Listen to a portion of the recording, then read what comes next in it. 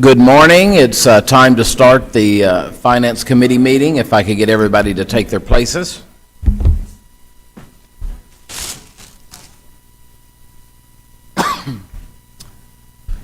Good morning, everyone. It's good to be here today. Hope everybody's had a good week and excited about a weekend.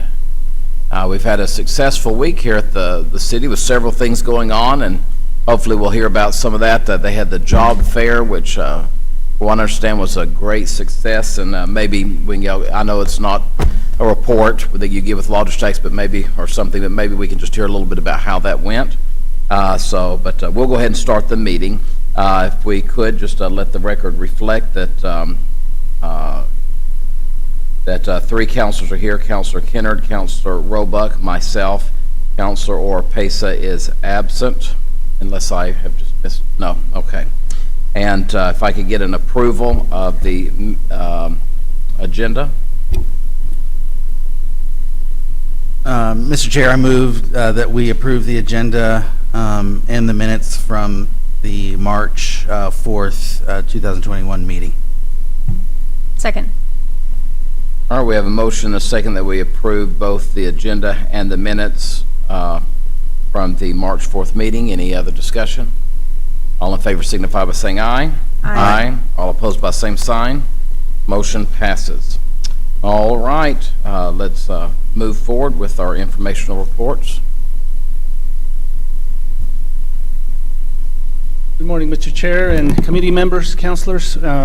So what we'll be doing for this committee report, I'm going to be presenting the financial report for the third quarter, and I will kind of incorporate the GRT report. But this is just to kind of give some big highlights. Won't be diving into too much of the details, but just kind of give everybody just an overview of where we are as of the third quarter with our finances. So looking at, as you can see there, the first slide really just captures all of the funds that the city has. And we're starting with this slide, which shows the revenue activity. I have highlighted the general fund because that's the one that we'll be focusing on a little bit more in detail. But as you can see there, for example, in the general fund, at the far right, you see what we have collected so far as a total for the general fund in revenue, which shows 91.4%. This is as of the third quarter, which means we still have 3 more months to go.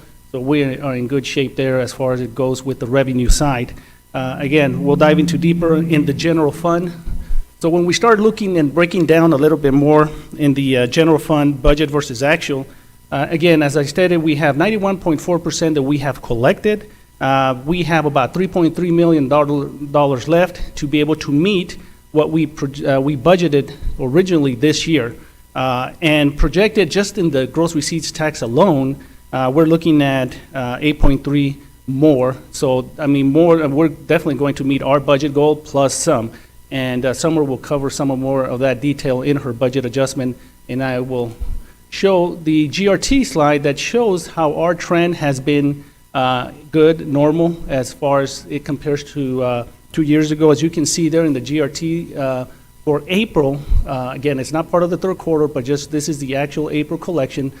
We actually collected 2.6. Now, when we budgeted and we thought we were going to see a little bit of a pickup, we thought the number would be closer to 2.8, but that's still good. What I wanted to show here is I did a little bit of just added another color scheme here to this report. And as you can see in the third row at the top, it says fiscal year adjusted. And you have September, November, and December highlighted as well. And the reason I adjusted those is because when we were looking at projecting for the new fiscal year, I wanted to take out those anomalies from that year because they were corrections that were made at the Tax and Revenue Department. So moving forward with the new budget as we were working towards the GRT projections, I wanted to average what was the prior year that was a true picture and this year, which is a true picture. So averaging those two out, as you can see for September is 2.7, November 2.8, and 2.7. So now when you compare it to this year and you take those averages into account, although actual collections from last year's budget to this budget may seem like, well, we're under 11%, but when you take into account those averages, we're actually doing good. We're about 2.3% above where we would have been if those corrections were averages. So we are in good position. We're continuing to see the trend go up despite last year's, COVID impact on all of the businesses. So we're in really good shape moving forward. And what this slide, this graph shows here is just what is our GRT projection. Again, I want to focus just on GRT because that is the major source of revenue for the general fund. And as you can see there in all of the different categories, Summer will be covering some of those adjustments again. But as you can see in the GRT state share and the municipal categories, that's where the bulk of the adjustments will come. So moving forward for the new fiscal year, it kind of looks like more of the fiscal year 22 revised budget that we're looking at estimating for the GRT. Now, when we go into the general fund expenditures, again, this is just to cover a big overview of all of the different departments. But what I wanted to point out in this slide here is at the very bottom where you see the general fund, we have the fiscal 21 budgeted in the general fund at 32 million, and for the activity, we're only at 25. As you can see at the very far right, that represents 74.8 of the total general fund budget, which is good because at the third quarter, we should be at 75%.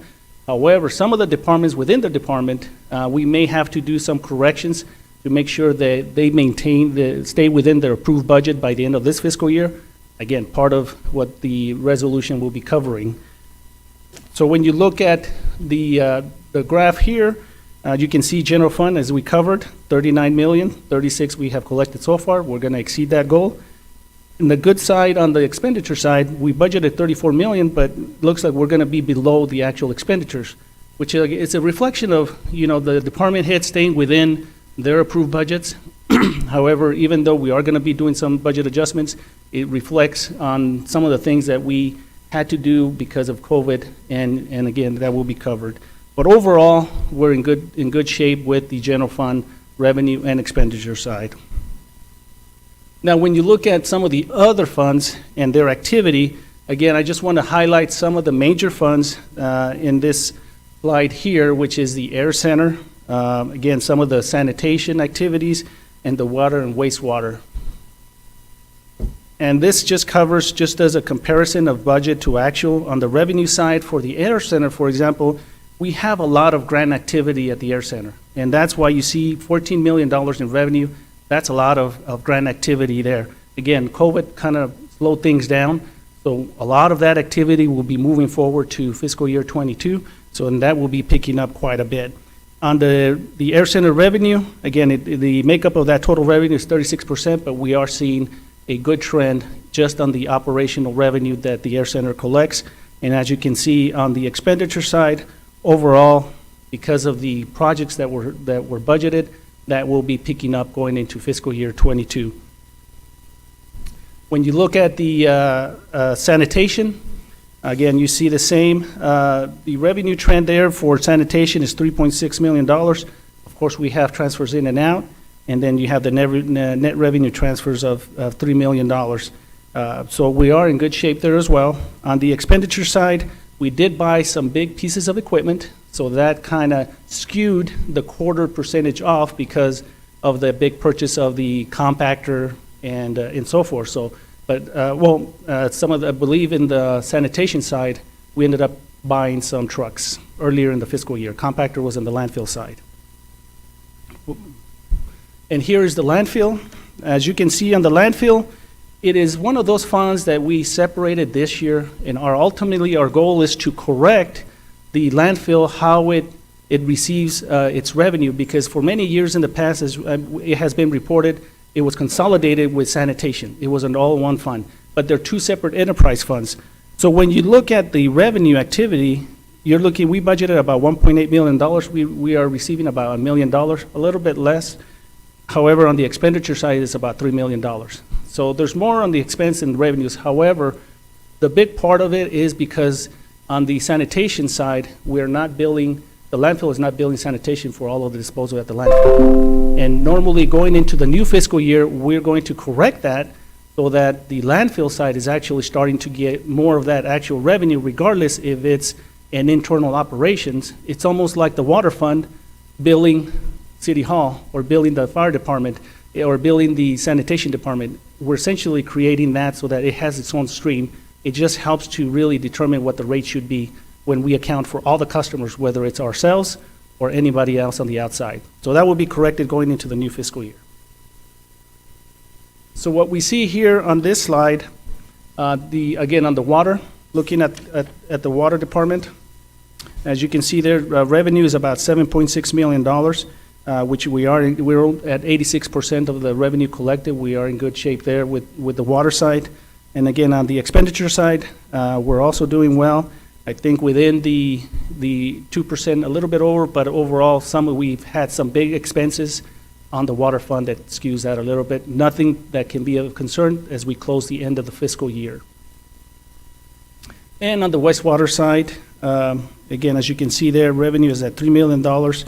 Even though it shows 34.20%, a lot of it has to do with the dewatering project loan project that is going to be picking up steam in the new fiscal year.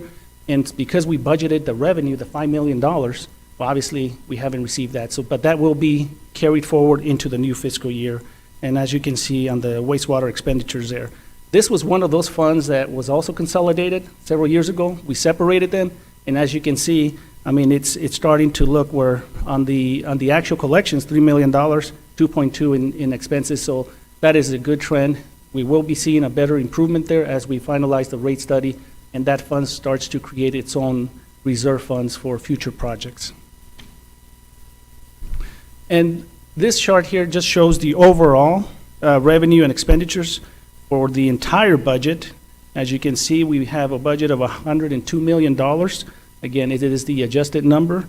And on the revenue side, we're at $68 million. A lot of that gap is related to grant activity and, of course, the loan activity. And then on the expenditure side, we have $101 million, but we're only at $60 million spent so far for the entire budget with the city. And we have encumbrances of $14 million of various different activities there. But overall, we are in good shape. We're continuing to build upon our reserves as we move forward into the new fiscal year. And with that, Mr. Chair and committee members, I will stand for any questions. Any questions, comments, committee members?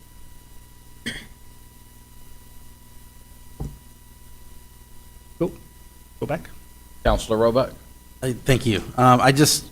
I know that we're going to get some questions on this. People are going to look at this and they're going to, and without thinking through it, it's like, how can you possibly be operating a city where your budget's outstripping your revenues? But again, there's a lot. These are very comprehensive and they include a lot of large grants and things like that and loans that will come in. So I just would caution anybody looking at this to understand that these are there's a lot more nuance than these simple slides might point out. Thank you. Do you have anything, No, Councilor? thank you. The Mayor, Councilor Stubbs? Well, I just realized, I'm going to hold off and raise some issues after item 4 that work better for you guys. Because I have some 60,000 foot level issues. So I'll wait for item 4. If the chair will allow it, right? I'm kidding. I'll let you. That is true. It is your committee. Don't push me, right? No. Okay, no more questions or comments. Councilor Stubbs, did you have anything? Okay. Thank you so much. I appreciate it. We'll look forward to hearing here in just a little bit about the next year's budget considerations as we move forward. Okay. Thank you. Thank you.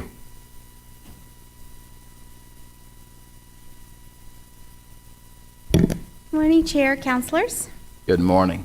We're here to present the lodger's tax reports. I will present the lodger's tax collection for March, which is the actuals for February. And at occupancy, we were at 37%, revenue at 62,119. I do want to show you that if you're looking at the charts, the 4-year trend, if you'll look at the lime green line at the very top, which is 2019, and at the very bottom is 21 for fiscal year 21. That gap is our opportunity. That's where we want to get to, end of the day. Any questions? Any questions on the lodger's tax collection? This portion. Right, I'm going to talk to you all, good morning, about the convention center fee. So for the month of March on your grid, it's actually reporting for April, so or for February, so keep that in mind.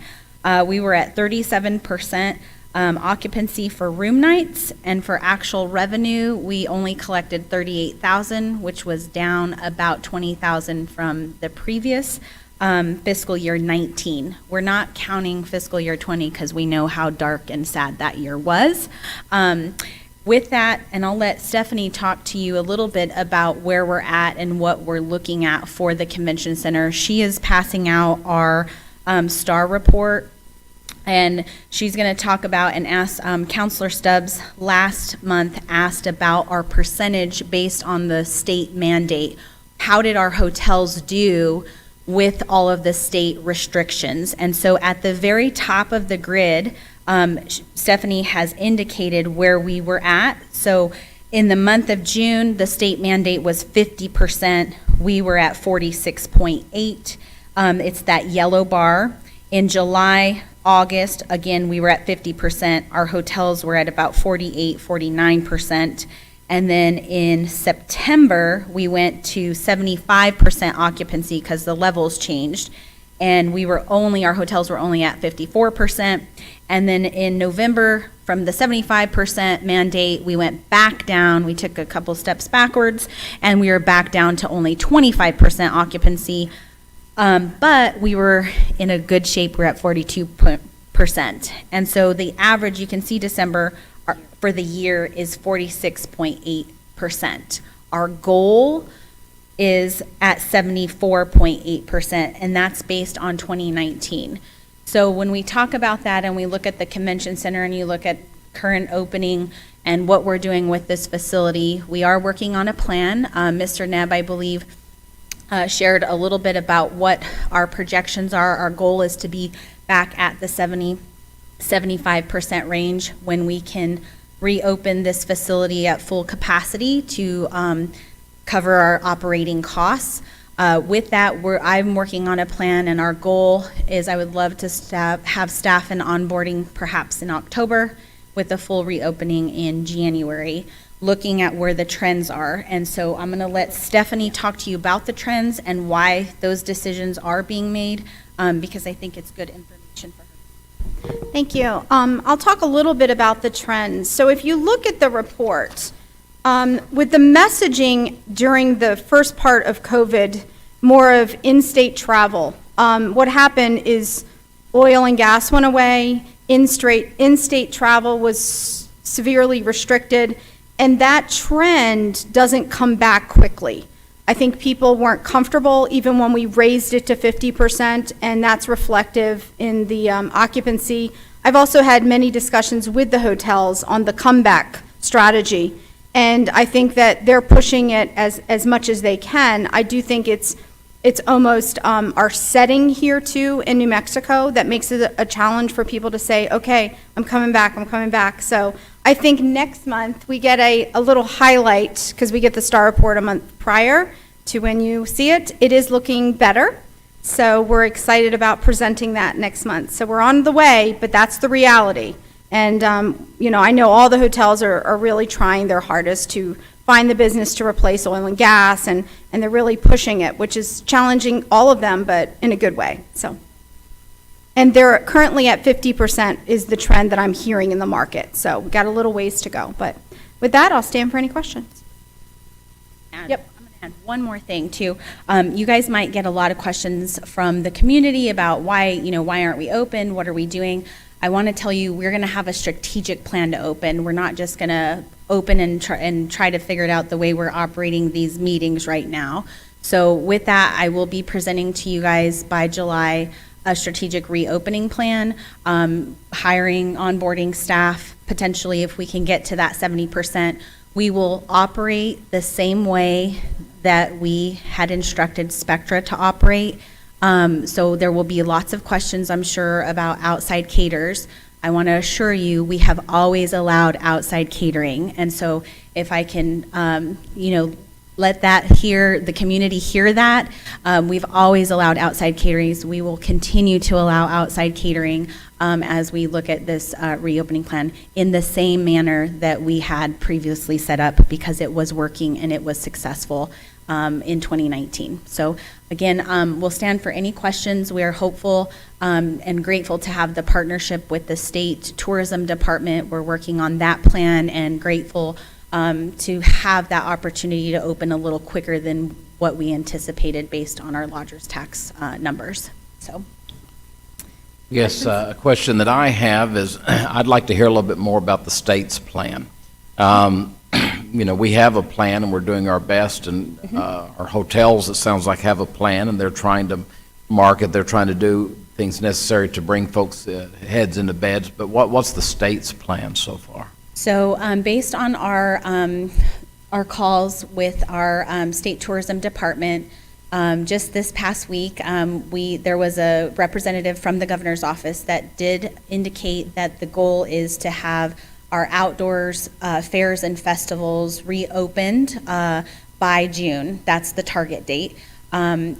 Providing that our state is at 60% vaccinated, and we are actually targeting a little bit ahead. We're projecting a little bit ahead is what was announced in the meeting. The goal, they recognize that meeting and conventions are a significant part of our business, and especially down here in Roswell.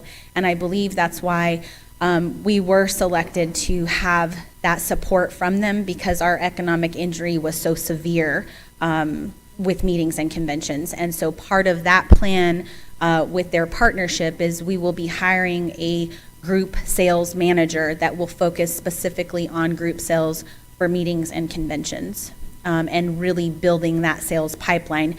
This facility is not intended for weddings or quinceañeras, because it's paid for out of lodger's tax. Lodger's tax is putting people into our hotels and our RV parks. Well, I understand that sometimes you have people travel for weddings. The goal is to bring and generate more traffic into the community. That's new money. Questions or comments from committee members?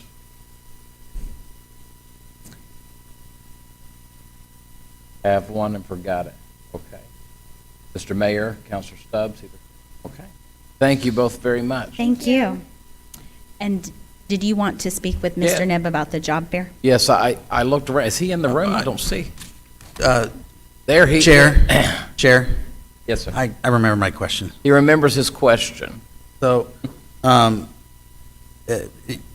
what's come out of this, I think that, I don't think I want to gloss over, make sure people see it, is that the plan is to bring the management of this facility back in-house. And currently there's no plans on any time in the future about getting a contractor to operate this facility. At least a year. So we will operate it internally for this next fiscal year based on our partnership with the state. And then the plan is to go out to RFP and look at another service provider. Okay, so we aren't planning on keeping it in-house. Correct. We want to take the year to evaluate exactly how we want to operate the facility. So because we're coming out of all this mess, we're going to go ahead and pull it in-house for about a year. We'll be evaluating throughout that year as to how well it's working and not. There are some benefits to having an outside firm operate the convention center, and so we do want to not short-circuit that opportunity as well either. So the idea is to just kind of walk through and say, okay, how's everything working? Where are we going with this? And then go through that. So I think our early intent is that we'll operate internally for about a year, and then we will go seek an RFP, however long that process takes, in order to bring an outside firm back in. Okay. My only thought, which I don't necessarily have a problem with that, but if we're trying to recruit people to come and run the facility, if they have the knowledge that, hey, those jobs are going to be gone a year from now, could potentially be problematic. Yeah, I think the one thing that will be really nice to have is that we hire really good people, and so they can either operate for the city or for the vendor as well too. They already know the heartbeat of the community, and so they are marketable within that aspect. And I think we've kept everybody that we can as well too. Sure. So I'm not worried about that. We have a lot of other marketing that we do as well too, along with the convention center. So those are kindred spirit kind of jobs, and they'll cross over very well. But yeah, so I'm not too worried about that. We can find something for everybody to do. Okay, thank you.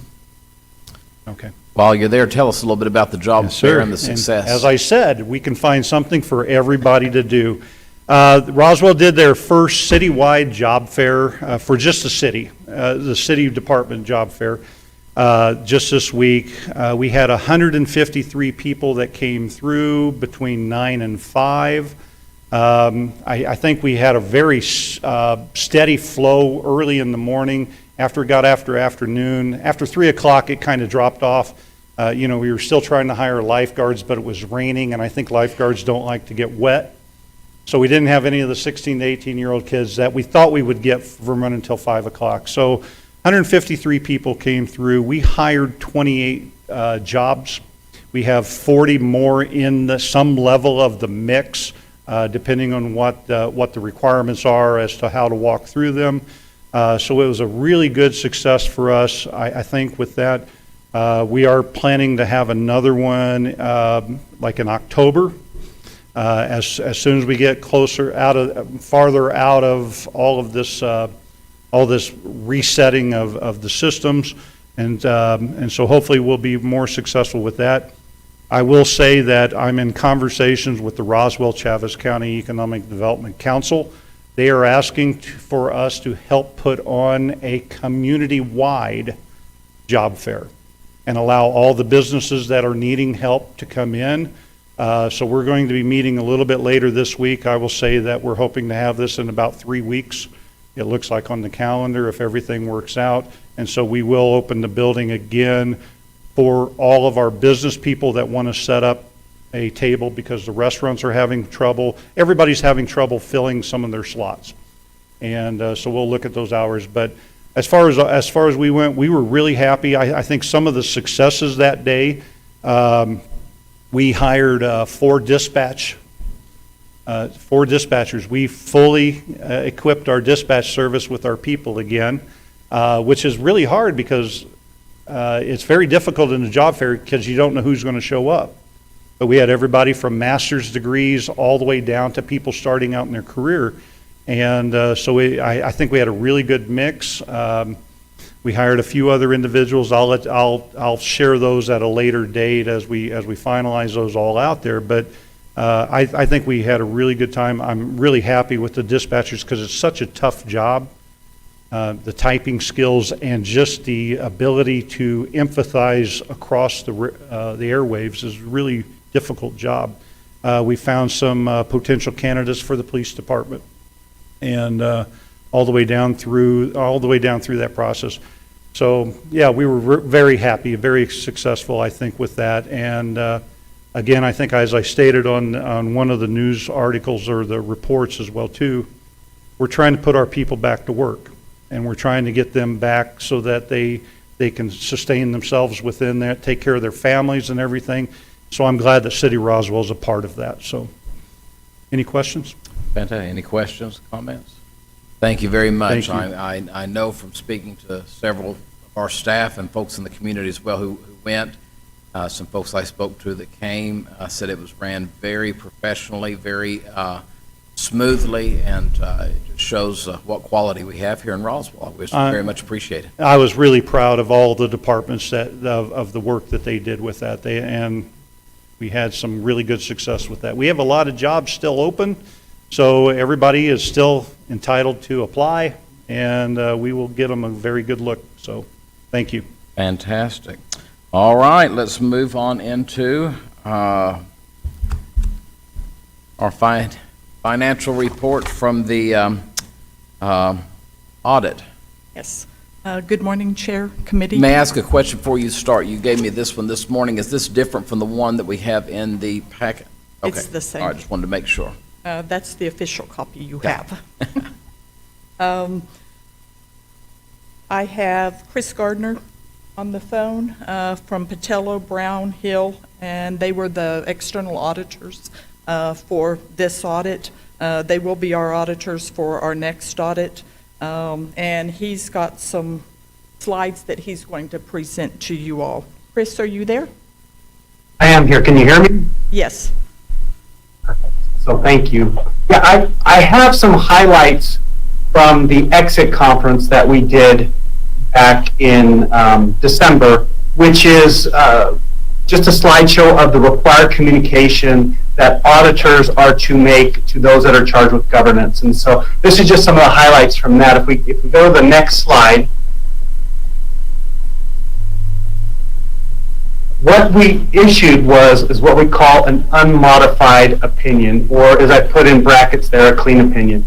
This is the type of opinion that the city wants to receive. This, in essence, is the highest level of assurance that we as auditors can give. So our report did state that the financial statements are fairly presented in accordance with what we have to, as your auditors, follow. And so again, this is the type of report that you want. We go to the next slide. There's two other reports in the financial statements that are our reports. And the one on the left is more commonly referred to as a yellow book audit. It's a government auditing standards audit that we have to perform in New Mexico.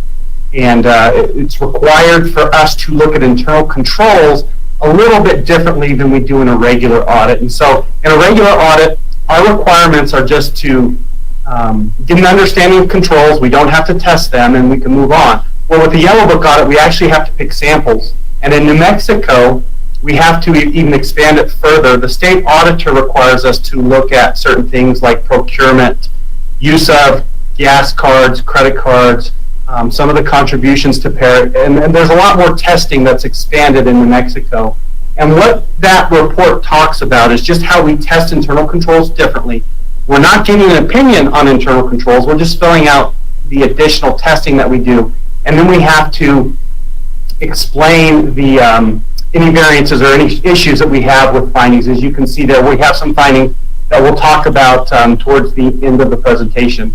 The report on the right is the financial statements, the single audit. And so the city received spent more than $750,000 of federal funds. So you're required to do a single audit or a compliance audit. So what happens is we go through those federal grants, and there's certain compliance requirements that we as auditors are to test and make sure that the city is complying with what the federal government is requiring.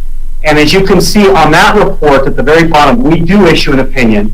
And on our opinion this year, we again have an unmodified opinion or a clean opinion, the type of opinion that you want.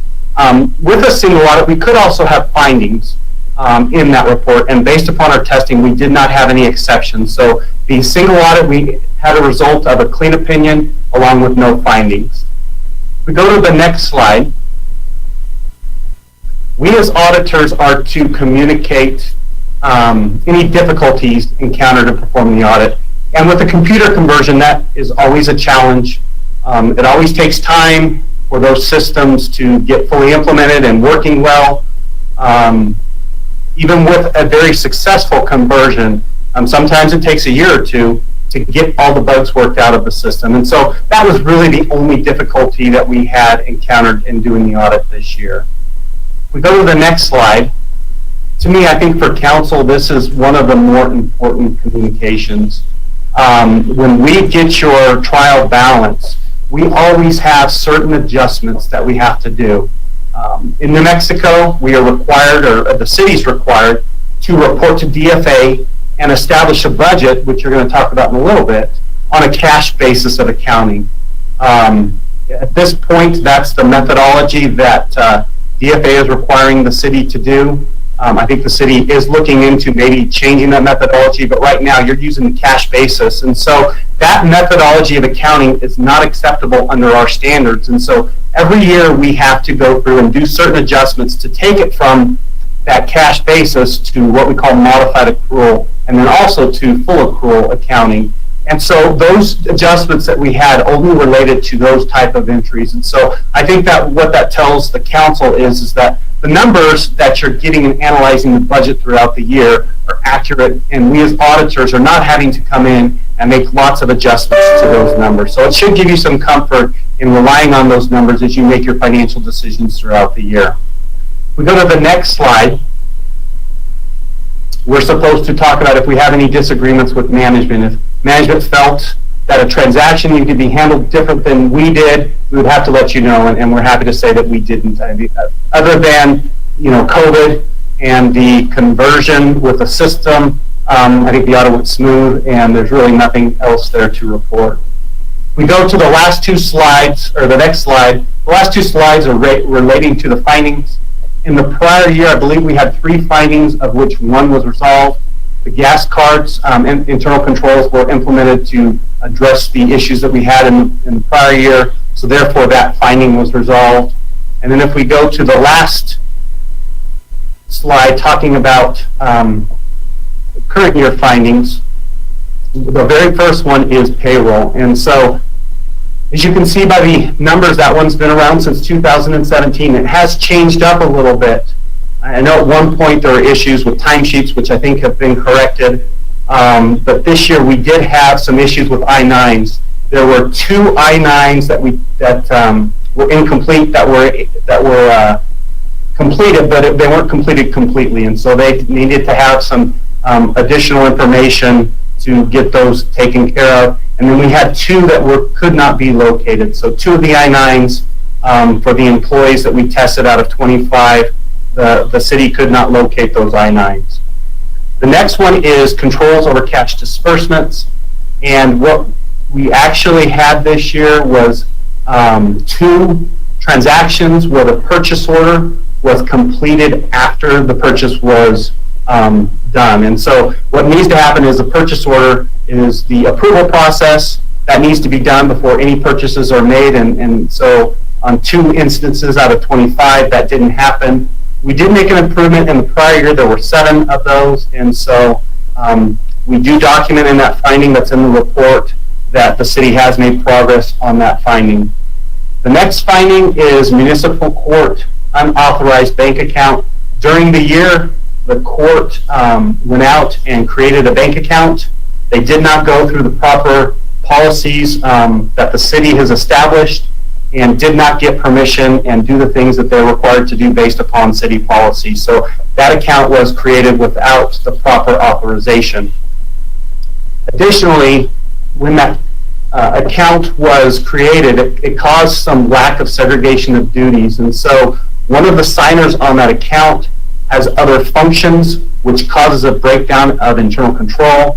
And so one of the individuals on that account shouldn't have been put on that account, and so that should be corrected. The next one is journal entries. We as auditors are required to look at journal entries every year, and half of the journal entries, 5 out of 10 that we tested, did not have the review and approval process by somebody independent preparing those journal entries, and so that needs to happen where somebody is looking over journal entries and ensuring that it makes sense and that it's getting properly recorded.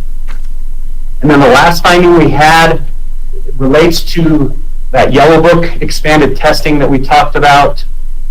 During our testing of retiree health care payments, there was one instance when the city submitted it late and incurred a late fee of $78. And so therefore that's a compliance issue with not getting that report and the payment in for retiree health care in accordance with the requirements. So if we go to the next slide, I'll open up to any questions. Any questions for him at this time? I have some questions, maybe more for staff, but is there any questions at this time? First, Mayor? Okay. No questions at this time. Thank you. Okay, thank you. And are you done with me? Well, I don't know who wants to talk. There may be some questions. I know that I just had a couple of questions as to what we are projecting and what our plan is to correct some of these like the I-9s and different things, if we could just sort of walk through that list and see if maybe what we're looking at. Okay. HR is auditing all of their employee files and making sure that they have an I-9 in there. It's not only current employees, it's any employees that we have a file on at all. So they are monitoring that on the I-9. Let me see what the others were. The control over cash disbursements. Want me to go? Pardon me? I was just going through the list. Yeah, that's Okay. fine. Go ahead. Let's see. Cash disbursements.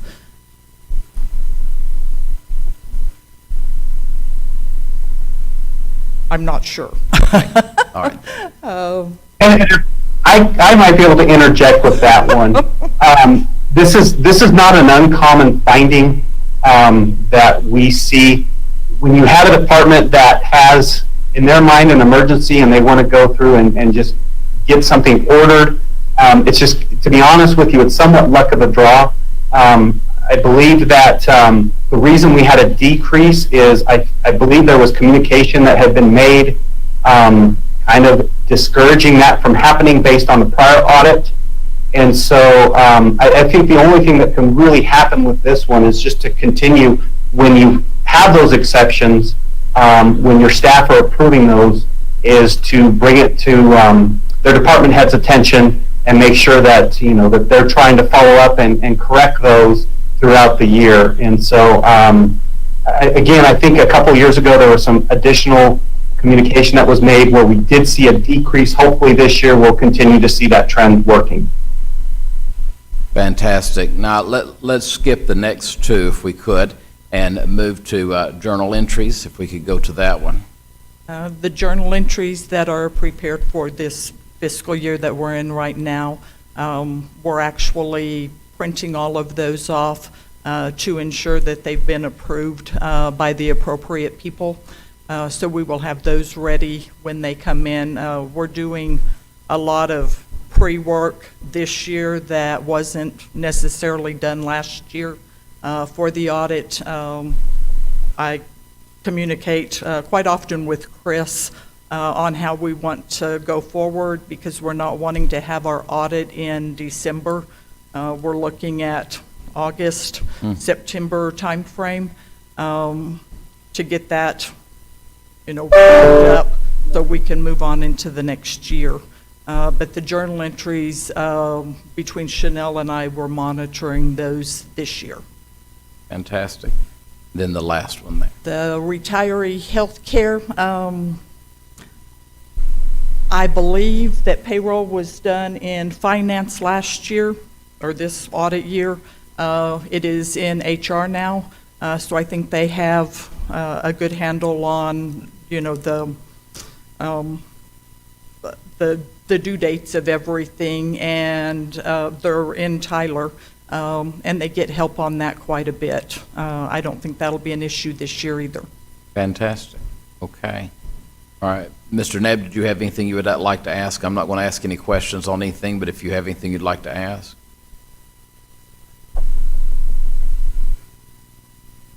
Are there any questions from anyone, or? Okay. All right, Mr. Nebb, thank you so much.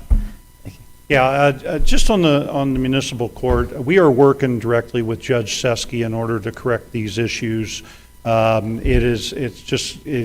There's a segregation of responsibility based upon being a judicial branch, the legislative branch, and the executive and the administrative. And so I've been in contact with Judge Seski. He is actually out on a vacation, or he's out of town right now. So we are waiting till he comes back, and then we will be working closely with him in order to make the adjustments to correct both of these findings as well. So. Fantastic. Any questions, comments from committee? Okay, Mr. Mayor?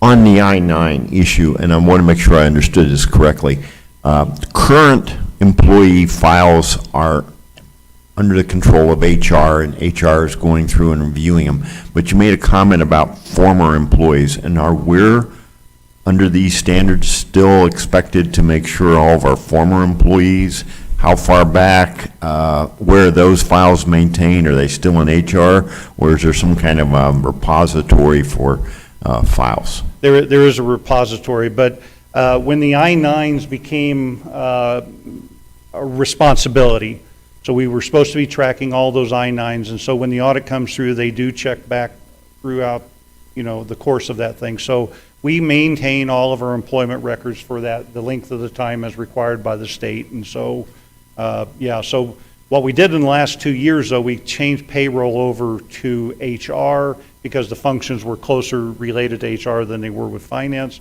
And so so now we're maintaining them in a little bit different way. And so it was really a passing of the torch and trying to make sure that everybody knows what those documents are. And an I-9 is essentially an employment eligibility. So you have to be allowed to be able to work within in the nation. It's a federal requirement. If there was a former employee, a file for a former employee, and there's no I-9 in it, how do we rectify that? Or is there a way to rectify it, or did we just flag it as saying, and if the person's not someone we can contact anymore, we're still accountable?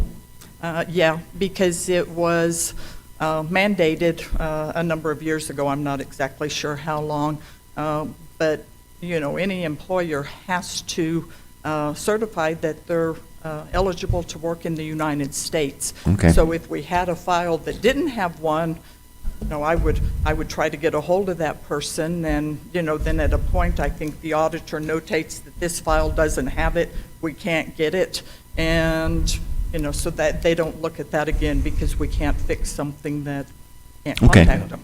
Yeah, I think we go through and do our due diligence in order to try to make as many corrections as we can. At the end of the time, we make some type of formal action saying this can no longer be done, kind of like we do with the waiving of non-collectible fees and everything. Okay. We have to essentially create some record that says we were unable to comply with the requirement at that time. Showing that we did everything possible. That is correct.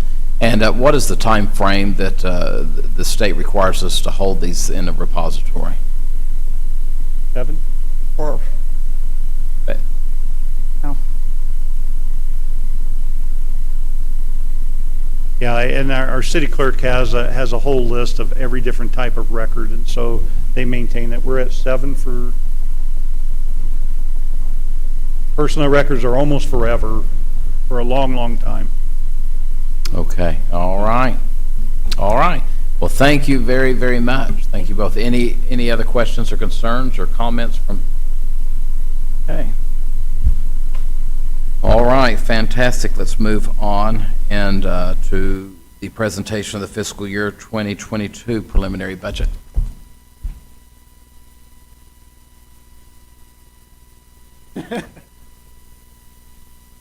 Exercise in a little bit, walking back and forth. All right.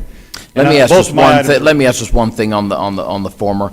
What is the expectation on each of these findings getting fixed? What is the expectation from them for us? We're really proud of the fact that as we find these findings, we want to get them corrected very quickly, and we've done very well. One of the findings for those of you that had been on the council for a long time was just even signing off on the timesheets, whether it be the employee or the supervisors. You didn't see it up there this time. Mm-hmm.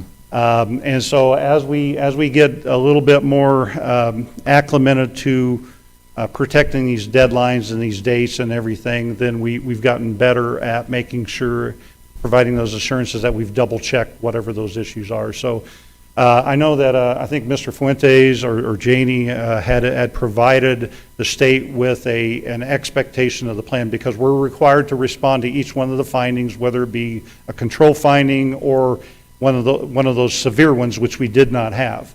And so we respond to them, and then we tell them how we're going to correct it as well too. So I believe that we're hoping that almost everything on here will be corrected within the year. Thank you. All right, let's move on to the next. All right. And we have a handout. We did not put it up on the slide because the budget summary sheet is a lot of numbers. It's at the broad level, so everybody should have a copy of that document. but I'm going to walk through the preliminary budget to a certain level. We're utilizing that form.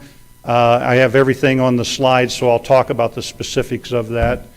But, this slide you've already seen, our big primary thing is to stabilize our financial structure through Tyler, reopen to the 7-day-a-week services. That was a directive of the city council, was to try to pull everything back as quickly as possible so that we could re-enter the real world. We are doing all this other stuff that you can see. I'm not going to go into that in great detail, but that's our focus for the year. But our primary things was to bring ourselves back out of how hard we pulled back on the on our budgets last year. Just a correction on our budget process timeline. Everybody's familiar with that. We are having the preliminary budget. We're having a special council meeting on May 20th. That's a Thursday. We were having some conflicts with scheduling prior on the 18th. And the 20th is the latest we can go before we run into other conflicts. And so it'll be May 20th. It'll be a 5 o'clock meeting, I believe. 5, is that right? We use 5 or 5:30, but I believe this one's 5. And we will go into a lot more of the detail, but I'll explain to you what you're going to see from this meeting to the other one, because I'm keeping this presentation a little bit on the broader level, on the higher 50,000 foot level. And then as we go into the special council meeting, we will dig down a little bit deeper and I'll explain why here in just a little bit. So we are expanding this budget back to full recovery. If you look on the back side of the page at the bottom numbers, we went from amended budget of $102 million. This year's budget will be about a little bit over $127 million, which was what will be presented. In that $127 million, we are intending for a full recovery of most of our activities. We've maintained a conservative adjustment of revenue. We've held back on those numbers as best we can because, again, we want to make sure that we're prepared as we move along through that. But at the bottom line of that, you're going to see $46 million in projects. So that's changing from last year's budget to this year's of recommending $20 million more in projects and activities.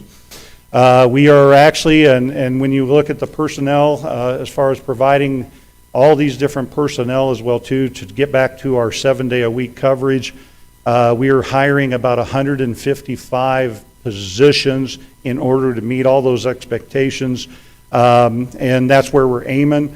The nice thing is that the overall budget for this year is actually still less than what we spent in 2019. And you're saying, Joe, how can you do all of this and still keep it managed to that level? It's a focus of how we're trying to do that. When we started last year with what the city council was aiming for, the finance committee and everything was aiming for, we pulled back really, really hard. The austerity for what we were trying to do, $31 million reduction in the budget, 101 jobs kind of removed from the budget. We pulled back because we didn't know what was going to happen to us last year. What we have found is that the GRT has stayed fairly strong throughout the year. My only concern is that GRT for the revenue is coming from other sources than what was normal. And so we're trying to watch through that as that revenue comes across. And so so we started to rebuild this budget with looking at that GRT, looking at the revenue that we have, keeping some of the austerity that you guys started last year, keeping that whole mechanics within the system. And I'm really happy to present a budget that meets all of those conditions. I believe it is a very focused effort in order to bring a lot of the things that you want to see happen to fruition. So we did start with the additional revenue and everything. We stayed conservative. The one big change on the worksheet as well too, and you'll see that, and I'll explain that as we move on to the next slide.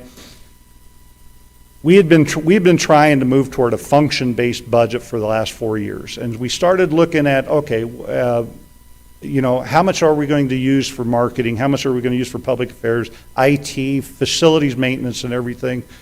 What we found is that it got very difficult, and I was not able to hold department heads responsible for their budget because we had a line of restricted funds, line item funds in everybody's budget that they were not able to adjust based upon what was happening. So by going back to a departmental consolidation rather than a function, it allows our departments to be more limber as we, and again, that's what we discovered last year, is that we have to be able to move at a moment's notice as we move through this stuff. And so we are established by a departmental budget. Again, we talked a lot about the focus on how we're going to utilize personnel.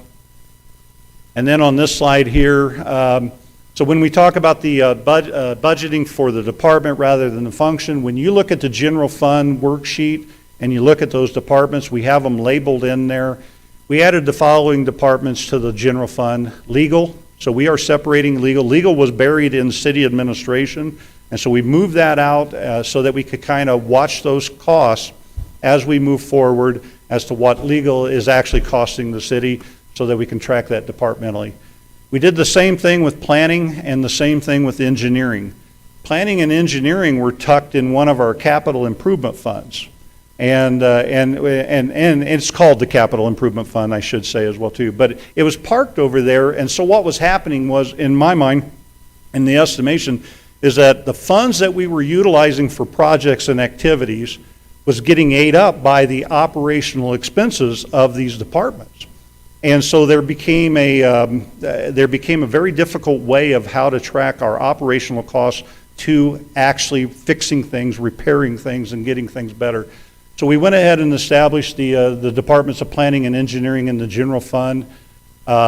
We removed the following departments, and actually we just absorbed them within their departments. So purchasing was absorbed into the finance budget. Purchasing will show up as a line item. When you get into the detail, it shows up as a line item within finance. And then we absorbed safety into HR.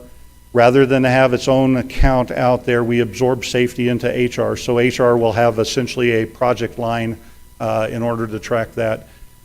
One of the things that we started last year that I thought was really good for us is that we went from a 1/12 reserve to a 3/12 reserve. We added another 12th. I believe at that point in time, having 4 months coverage for the general fund allows us enough reserves for that rainy day if we have to adjust our expenses for any one of those important services that are in that account. So I would not ask to go up any more off of the 4/12. It will be basing it off of the cash on hand, and we'll be nudging our budget back and forth because of cash on hand. But the reserves are, of course, are there if everything else fails. That is our safety net for all of our general fund services. We are required by the state to have a 1/12. I'm happy to say that I'll be presenting a budget with 4/12. We did utilize a conservative estimate for beginning cash balance. Again, after we get done with this conversation, if anybody on the Finance Committee wants to talk with us directly, please come through. We'll give you a little bit more of the details of as you get deeper into some of these things, but we have a very conservative estimate based for the beginning cash balance and based upon what we think our revenue will be next year. Reinstituting resources for the 7-day-a-week coverage. Museum and the zoo are the primary ones. It is really hiring the guest services and actually giving them the best opportunity to work toward that 70-30 cost recovery that we have for them. And so what we've done here is that we've established their ability so that they can have their resources in order to operate fully functioning for those services. We've taken away all those obstacles that would have gotten in the way of that. And what we've done is that on the other side, for the revenue, we're anticipating that revenue, if everything was to go the right way, we expect revenue, so many visits, so many sales of the store, so many different activities and everything in there. But the really nice thing, and I think that's where, when we talk about our reserves and our cash on hand, we actually have funding there for a safety net if necessary. But we're operating these two departments like we want them to, which is, I think, going to be the best for those departments, the best to see exactly how to nudge the system to do better or improve what we're doing. Increase the road fund to $13 million with $9.7 million in projects. I don't think we've been this high. I will say that Councilor Roebuck in infrastructure, he's been working on these resolutions that you'll see some of those come in the city council. Roads are a number one concern of most of our constituents out there. I think we do really well with maintaining them, but with our new inventory and an inspection process and everything, I like where we're headed with that. My job was to present a budget to you that can help you meet your expectations. And so we have the road fund. It is a $13 million road fund and $9.7 million in projects. We are recommending that about $250,000 is going to be set aside for sidewalks and assisting individuals with getting some of those improvements done for these sidewalks that are been declared hazardous and such like that. And then the rest of that 9.7 will be for roads. Plus in the road fund, you will also see that we have the street department that is the ongoing maintenance of the right-of-ways and everything. So with 13 million, I know that the plan that was presented, they had everything from a $9 million to a $16 million options. I think we're right. They're hitting the marks with the city council's actions and the assistance from the infrastructure committee. Determining how to spend that money will be the next challenge you will have, and so we've got the revenue set up at least for that purpose. I talked a little bit about the capital improvement fund. If you look down in there, you'll see that what we've done with the capital improvement fund, we've removed all the operational costs out of there, and so any general fund supported department, so police, fire, street, not streets because we have the road fund, parks and recreation, the museum, the zoo, the golf course, all of these general fund services that have struggled for and I guess begged for assistance with doing the improvements that will make their service stay relevant and everything, they now compete at a lot smaller model because we've established our true road fund to take care of those big expenses. One of the biggest challenges for those of you that we have this conversation every year is on police cars. Mm-hmm. Police cars are a mobile office for every one of those officers. And so the intent is that if the police department was to get what they would hope would happen is a 5-year turnaround on those vehicles, because if they're out there doing their job, they're hitting about 125,000 to 150,000 miles in a 5-year window. And then, of course, then the cost to maintain them come on there. I would say that we're about a 7 to a 9 year average right now, which is, and so recognizing that, so within the capital improvement fund, you're going to see, you'll see the ICIP money. We received dollars from the legislature for 4 new cars, and I'm recommending that we buy 10 more. And so that is built into the budget for those capital improvement plans, and we'll talk a little bit about that. This is considered a draft document, at least for the sake of this conversation, because again, we are adjusting, continuously trying to make sure that everything is showing up. Next week, we start to build the budget book, and within that budget book as well too, within that budget book, we are actually establishing a more metric level, or essentially a better explanation as to why do we have this department.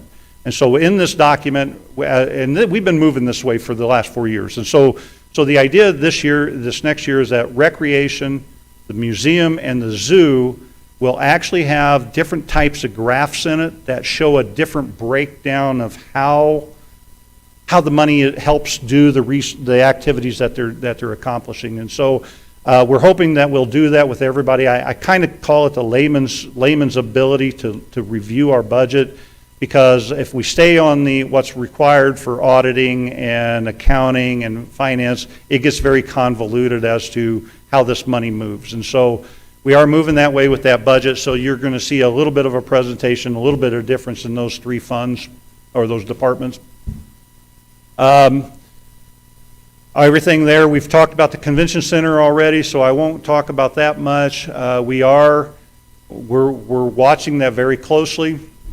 And I think the other items on here that will have an impact on future conversations, as I've stated at the city council meeting, we are working on a bigger diversity hiring plan for some of our departments.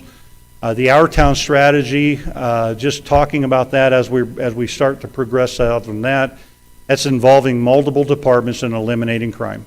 We can't rely upon just our public safety people to do the job, so we're relying on our other services to help make that movement a little bit better.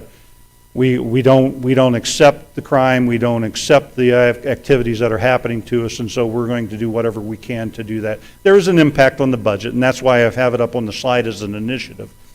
The golf course, at this point in time, we will be moving the golf course back into an internal department as of October, and that's when our present contract expires. During that time, Mr. Burris, as our special service director, will be working with our current vendor about trying to redesign, rebuild the pro shop, the storefront, and we need to lease golf carts because that had been a vendor responsibility as well too. So we are working on all of that as well too. The Air Center budget reset, one of the things I know that we've talked about a number of years, and we've done a variety of reports for a lot of different reasons. I shouldn't probably use the term reset, but really what we're going to do is we're going to dig a little bit deeper, and what I'm telling you today is that we're hoping to have staff tackle this issue to have it done by December. The revenue that needs to remain within the department, the revenue that we are feeding into the department to make the Air Center successful, and then how the expense structure actually comes back out. It'll be building off of Mr. Fuentes' plan as to trying to identify how this thing is, because over the years, we've actually incorporated the Air Center structure within our whole budget structure so significantly. You don't know which dollar's going which way for the operations of that. And then, of course, one of the big things, and that'll be the next topic I talk about, is the investment of the American Rescue Plan funds. I will tell you that in this budget, this $127 million budget, it has none of the money that is coming from the American Rescue Plan in it. And I'll share the draft with you on this next presentation, but in my mind, we have I think we've done a very good job on this budget. I appreciate all of the staff that have helped with us. The department heads of putting their budgets in the way they have. They held back as best they can. We were able to because they held things in check. We were able to have a conversation about getting back to the 7-day-a-week. And so it was a really good thing. Very well controlled, I think, and I can't tell you enough about the finance staff and everybody that has been active on this thing. They've done a fantastic job. I think everything that we've been trying to do with the updating of the software and everything is beginning to show dividends. So I'll stand for any questions. I believe yep. Fantastic. Any questions or comments from committee members we'll start with? Yes, Councilor Roebuck. Thank you, Mr. Chair. First of all, and maybe only thing that I really want to say today is I really appreciate the work that staff has been doing over the years to continue to improve this process. We've come a long way. It's nice to have Councilor Stubbs here. She served on this committee in the prior years, and serving with her, and just to think about where we were, 4 years ago versus now. It's been a lot of work, I know, for staff, but I can tell you that right now my blood pressure is a lot lower than it was in previous years at this point in the budget process. And I really do appreciate the work and really trying to take this process and really bring it up to not only just professional standards, but really make it something to where taking the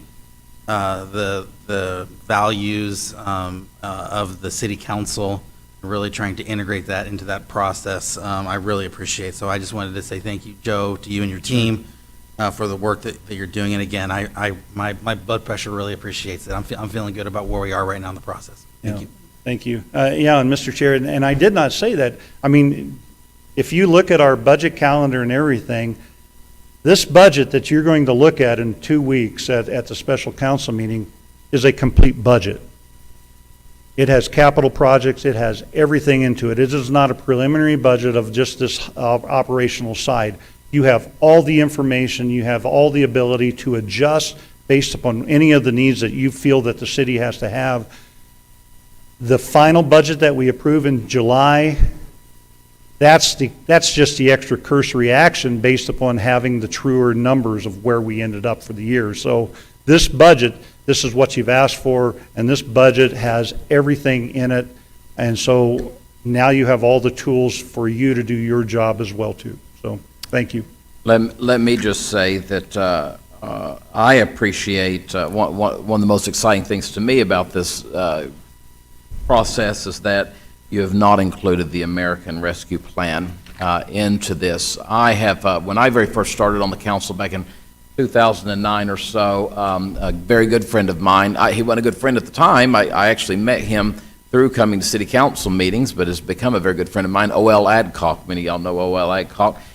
From the very beginning, as soon as I was put into office, he told me, he said, we need to get self-sustaining. We need to get self-sustaining. We need to get to a point where we're not counting on big brother, big sister, somebody up, in D.C. to take care of us on everything. And I think this is substantial to see what we have, and still not counting on a bailout plan. We prepared as a city, as a council, as staff. Y'all did the work. The mayor said it very well in I think in an article I just read in the paper about the staff that we have that are doing just such a superb job of recognizing, and I wish that every city in America would recognize, quit spending and bring yourself to a level to where you can self-sustain. Now, when we get this extra money, we're not going to deny it. We're not going to send a check back, of course, but we have the ability now to do things, that are not life-threatening to move forward with. So it's very much appreciated, and I look forward to seeing where we go from here on this. Mr. Mayor, did you, at a point where you were wanting to speak? Yes, there's a couple items, Yes, sir, Mr. Chairman. One is, and many of you are aware of this, for I think it's going on close to 2 years now, I have felt or maintained that the way we treat the water customers at the Air Center is inappropriate. Those revenues go into the Airport Enterprise Fund in spite of the fact that it is a service and a commodity provided by the water department, and the same thing for the sewer.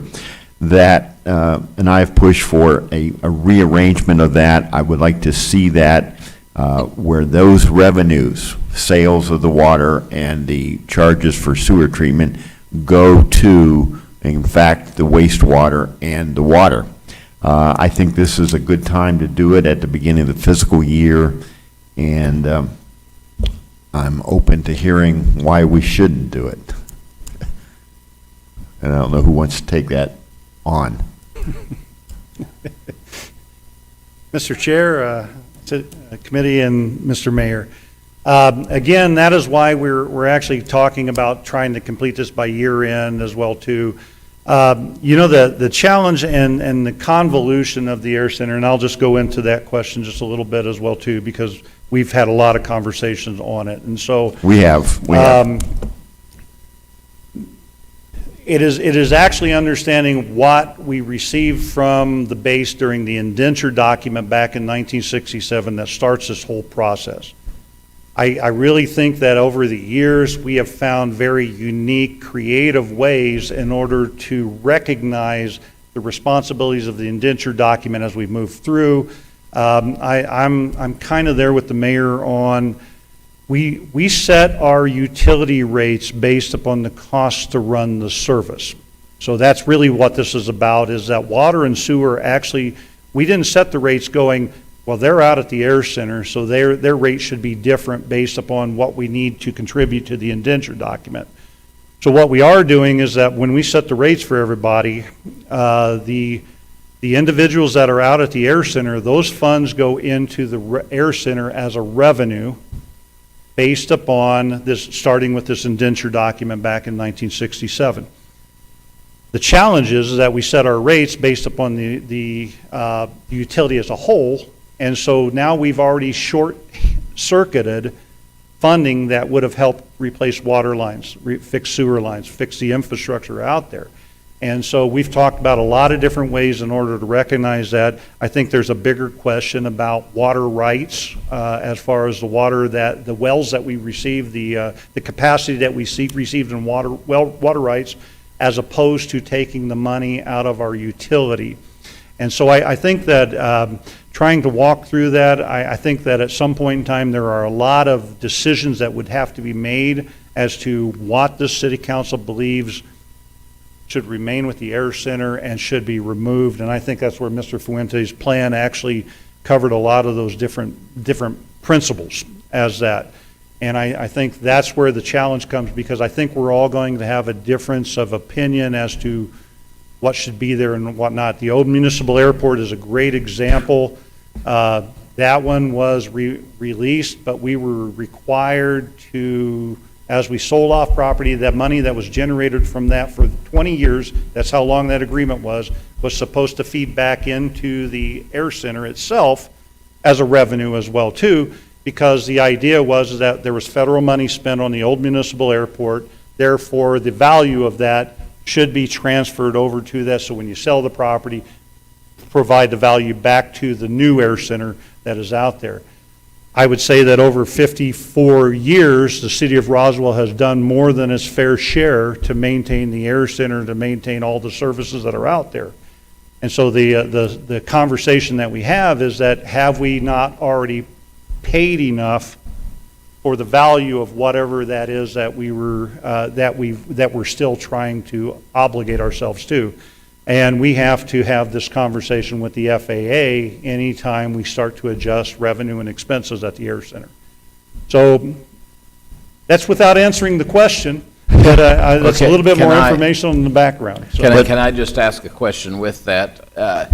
Because the FAA is involved within this, what kind of, what would we be looking at with them concerning a decision like this? You know, I will say on the broadest level for what the FAA does is that they want to make sure that the Air Center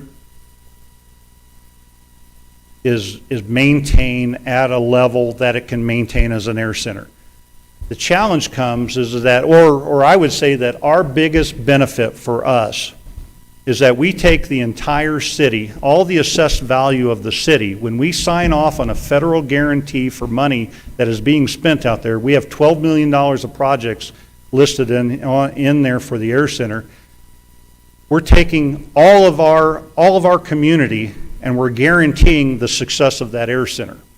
I think that's the one thing that the FAA has a hard time understanding, is because we obligate the entire community, the entire city, every time we sign one of those documents saying we've got it covered. And I think that's the big thing that has to happen within that. The FAA is just, they're trying to protect the Air Center. They look at various pieces. They look at it a lot of differently. I think it starts with us telling them what's going on in our head and saying this is what we believe it should be. And then it becomes a conversation at that point in time. Mr. Mayor? Well, and I appreciate what Mr. Nebb has said, and part of the objective here for bringing it up is we need to acknowledge this issue, and we, the governing body, ultimately will have to resolve it. But also I'd like to point out that 1 week from today, we will be doing a ribbon cutting for the opening, if you will, of a new water tower at the Air Center. The old water tower was built in 1942 or 43, 500,000 gallons.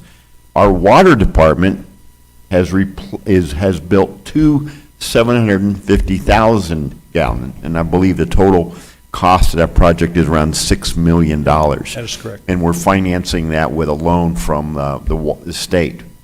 Here's the interesting thing. Under the current structure on revenue, the water users at the Air Center pay nothing towards these new water towers. They are the most immediate beneficiaries. It does benefit the entire system, but the immediate beneficiaries of new water storage at the Air Center are individuals who are not paying for it. And I believe that's fundamentally wrong. Mr. Nebb has pointed this out. It's now, that is on the back of all the other water customers throughout this municipality. So that's why my pitch is that now is the opportune time to make that change. But that's the point I wanted to make. Once again, this is a decision that will be resolved ultimately by the governing body. I do have a different issue I want to raise, but I think Councilor Roebuck wants Councilor to Roebuck. chime in. Thank you, Mr. Mayor. We have been talking about this for a long time. My question is for the city manager. So if I understand what you presented today correctly, you're planning on coming to us in December with your plan to, I think the word we used in the past is untangle this. Is that what I'm hearing? That is correct. I'm putting myself on record stating that we will untangle that by December of this year, because again, life got in the way of a lot of different things that happened. We're now back to it. I think I've got the staff that can actually walk through this and start putting those pieces together so that you guys have all the information to determine how to untangle this. Sure. I certainly wish that this had been taken care of by this point, but things being what they are, if, I'm comfortable with as long as that's a firm, hey, we're going to bring this forward and give you guys an opportunity to move forward with this on this. I'm comfortable with that timeline. I yield. Mr. Mayor. I wanted to explore another area that we've not really touched upon, and that is Internet GRT. And I know that there's a lot that we don't know at this point, and if I'm not mistaken, you're in this revenue stream, you've not anticipated that. That's correct. There has been some, now, the legislature did some changes that affected some of the communities in southeast New Mexico more than us. Can you just kind of share that with the body as a whole? And I know we don't know what Internet GRT is going to look like, but we're facing, if I'm not mistaken, in September, we would start to actually see the true revenues from that. So if you want to touch on that. Mr. Chair, Mr. Mayor, councilors, and we are watching this closely. We've got people watching it. I know that they're starting to have information coming out about what that September is going to look like. For those of you that may not understand what is happening, we are going from a destination or an inception-based economy to a destination-based. And so internet sales used to follow wherever the storefront was that is shipping the goods. That's where the sales tax was collected. And so the end user never saw those sales tax. The destination-based means that the person that just purchased the internet sales off of 2nd Street, Main Street, they get recognized for that purchase, and so the GRT is based upon all those conditions at that point in time. State has taken 2 years to get there. It is my understanding that they are very close to how that's going to look, and I think we'll start to see some of that information coming out. I think the municipal league, in a municipal league conversation, we heard a little bit more that it was coming. So that'll be the first thing.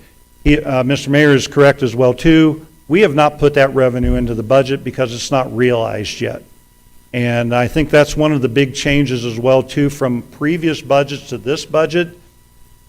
We do have anticipated revenue based upon property tax, and that's that cash that's being received for the year. We have some of that budgeted, but I know that in my mind, I don't like to recognize any of those funds until after the fact. I want it to cure out in our accounts for a while before we obligate it to something, if at all possible. And so internet sales will be coming forward in September. We think that'll be a nice little conversation with the city council at that time, because it is not obligated to any operations right now. Therefore, that money may be able to be utilized for something fantastic for the community. So, Yes, and once again, this is an effort to kind of raise this awareness within the governing body. Mr. Nebb and I have talked about this repeatedly, and so this is not really a new conversation between him and me, but I think the council as a whole needs to be aware of it. And we have been receiving funds from the state going back 2 years. I call it, my cute little way, payment in lieu of internet GRT. In other words, 2 years ago, the legislature said we'll divide 24 million up, and the municipal, the Roswell share was about 550,000 a year for payment in lieu of internet GRT, or as I called it, pig money. Now, the special legislative meeting of 14 months ago, or 12 months ago, doubled that. So we started receiving 1 million. However, the question is, how much true GRT should we be receiving based upon actual internet sales? And many of us believe that the amount that we were getting from the state is just a small fraction. The state has been collecting internet GRT, including this community's share, for at least 2 years. Right. So the state's been getting our GRT, but they have not been passing it on to us. That will now change after July 1. That's why we talk about the September, because we have the 2-month delay in the GRT. The challenge for the state has always been they have this proprietary software that is very difficult to pull the numbers out the way we ask them to pull them out. And so that's why they've taken the last 2 years in order to add the pieces to this proprietary software that will now just, it'll break it out a little bit differently from that. And let me start by saying that it was our local legislators that went up to the state and asked for this adjustment in GRT. Because again, with the way we were handling COVID, the way all of that was happening, people started shopping more online as well too. Therefore, let us keep our services running, help us with some revenue and everything. And so I think that what we're starting to see, the challenge will be is that because the software was not constructed in order to pull the numbers that way, we're going to see what the results are, and we're going to see it going forward. But I think it's a very difficult thing for the state to go backwards and fix that system, so we really truly know at that point in time. So my ultimate point, Mr. Chairman, by bringing up both these issues is I am excited that Mr. Nebb and the team have presented us a budget that is much more sophisticated at this point than we have seen in years past. It really is. That being said, there's a couple issues that we're still going to have to deal with, significant ones. And the internet GRT and the water revenue at the Air Center are those two issues that will have to be addressed at some point. If it's mid-year, it's mid-year, but these are not the minor adjustments we do on a regular basis each council meeting. These will be fundamental changes in the budget, and we as a governing body need to be alert to that. So, thank you, Mr. Nebb. I'm impressed. Thank you, Mr. Chairman. I yield. Anything, Counselor Stubbs? Thank you, Mr. Chair. Those of you who've been around me for a while know this is always a thorn in my side, and it's the transfers. And I understand the reason for doing them, and it's obviously most of our enterprise funds who put money into other city functions because they're benefiting from it. Is that a... Yeah, we have the enterprise funds that transfer into the general fund. We actually have the general fund transferring out to some of our special revenue funds. And so there's, the GRT has certain requirements, certain opportunities as well too. So it is an adjustment. There's transfers in, transfers out. And I'm not sure what your question is yet, so. I haven't asked it. I know. But no, I wanted to make sure that I understood what it was. So my question is, when you have an overage in a department, which is the carryover kind of money, are we looking at whether or not those transfer outs need to be the amount that they are? I guess, are we looking at the transfers out and where they're used? Certainly. And if there's any? Are they used, I guess? I love that question. The challenge with the transfers is that because when we determined what the transfers were, we did an analysis about 3 years ago, and we looked at all the expenses that are associated in general fund that are supported, that are supporting the enterprise funds at that point in time. So there is I will call it a lever or a slider Okay. level, and we're moving that around based upon the history. It's almost like figuring, we have 96 police officers out there. Is that enough for the crime that is going to occur in any given day? The challenge is you don't know. And so the idea is that we're looking for that balance through that, and then if the trends show it higher or lower, then we'll adjust.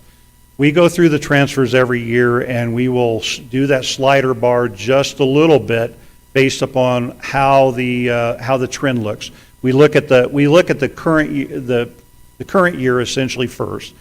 What was actually moving with that? But I'll tell you that the more important trend that we look at is a 3-year trend. Okay. And so we go back 3 years and say, what have we done with these transfers as we've moved through that? And it's probably it's probably even more of an art than a science, because again, you're trying to project what's going to happen with that.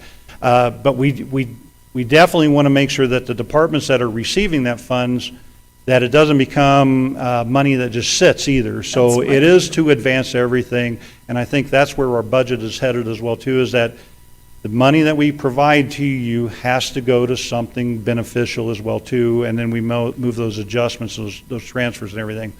One of the departments that are really challenging, kind of on the transfer side, but it's actually is that our parks department that is listed in the general fund actually assists with all the ball field maintenance and all the sports fields in recreation. And so recreation has a GRT funding source that is specifically for recreation. So what we have to do departmentally for that is we make budget adjustments, we make line item adjustments from one fund to the other as those expenses are realized. So transfers are very similar with that as well too, is that throughout the year we may move, even though the transfer is this, we may move those funds elsewhere based through a budget adjustment because of that. So it is something that we track. I would say that and Becky Hicks was in finance at the time we did this full audit about what should be transferred to one enterprise funds and everything. She did a big audit of all of that, made all those adjustments, brought everything up to date at that point in time. And so now we just kind of maintain it, and we push and pull on it as necessary to make sure that all the services are covered. So a little bit more than you wanted, but that is No, it's exactly not. what is happening with I it. appreciate that. Thank Okay. you. Appreciate it a lot. Thank you, Mr. Chair. Any other questions or comments? Councilor Roebuck? Mr. Chair, I just wanted to let you know, I'm going to have a hard out at 11:10. It's probably the latest I can stay, so just, I apologize about Okay. that, just FYI. I got about 40 minutes left before I have to go. I I apologize. only have an hour and a half left. All right, let's move on towards the American Rescue Plan Act. Okay, before I move to the next slide, I want to make sure that everybody understands that we don't know how we're going to get to spend the funding coming from the American Rescue Plan. But I will say that most of the definitive information that we have seen from the federal government is it has to be COVID impacted, COVID related, or COVID initiated are the primary things. And I thought about that word initiated today, because when I share with you some of our recommendations or our proposals or where we're currently at, I know the mayor and I had a conversation. We want to make sure that these funds go to, because they're one-time funds. So we want to make sure that the impact of these funds do something really good and great. So I'm going to show you my scorecard. Well, it's not really a scorecard, but it is a tracking of how to spend the money. It keeps adjusting based upon conversations with the council, conversations with staff, everything that we can think of that's there. Here's the list currently, and I figured I cannot read it. Do we have a copy of the slide? My book is back there. I can read it. All right, so I'm going to just run down some of the items. So when you look at and you can utilize it on infrastructure as well too. So, and there is some infrastructure in this thing. What I'm asking everybody to kind of consider, that the intent of the rescue plan was to help the tourism, help all those really hard hit ones. So I've really tried to avoid going too much into water, sewer, some of those big expenses, but you'll see a couple on there. So right now, we're listing about $2 million for the convention center, trying to help bring that back with a lot of different activities of pulling it together based upon how hard it was impacted. One of the thoughts that we are working through are grants to our hotels as well too, in order to help them get back to normal. We want them fully operational too, because they're the funding source for this facility. And so the idea is to establish that. It's not a hard set number. These are just kind of estimates based upon a lot of different things. You get into the museum improvements. Again, our quality of life were hit very hard. We were successful in getting $340,000 in the ICIP. Part of that is that whole project to do some renovations over there included moving the storefront, creating a children's area and everything. So we phased this thing out. There will be some additional dollars necessary for the movement of the entrance so that it is COVID safe, so that people are not on top of each other when they enter the museum. And of course, moving the storefront so it can actually maintain that. Again, that number's there.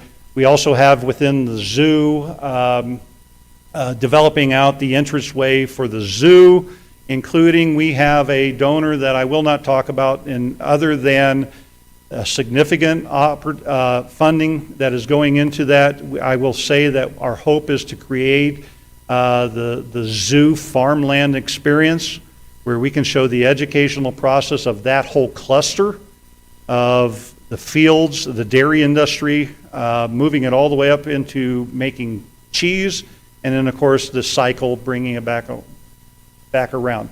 I'm doing a little bit of a Lion King with that, but that's really what we're trying to do with that. You get into the next one. One of the programs that you had established and helped establish through the EDC is the ROAR program, and that was actually to expand the facade grant program that had been operating to allow for money to be spent on those high dollar items of fire suppression and ADA accessibility and those things.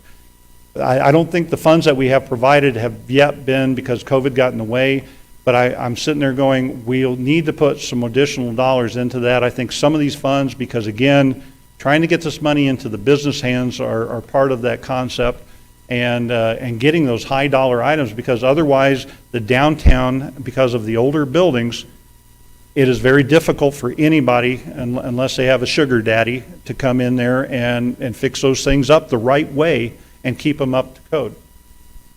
We have the outreach signage. One of the things that we've looked at, and we've talked about the convention center LED sign. We've talked about an LED sign at the visitor center, one down at the air center, and one up north. We believe that our outreach it's reached another level. Public Affairs has done a great job of doing all the social media and everything out there.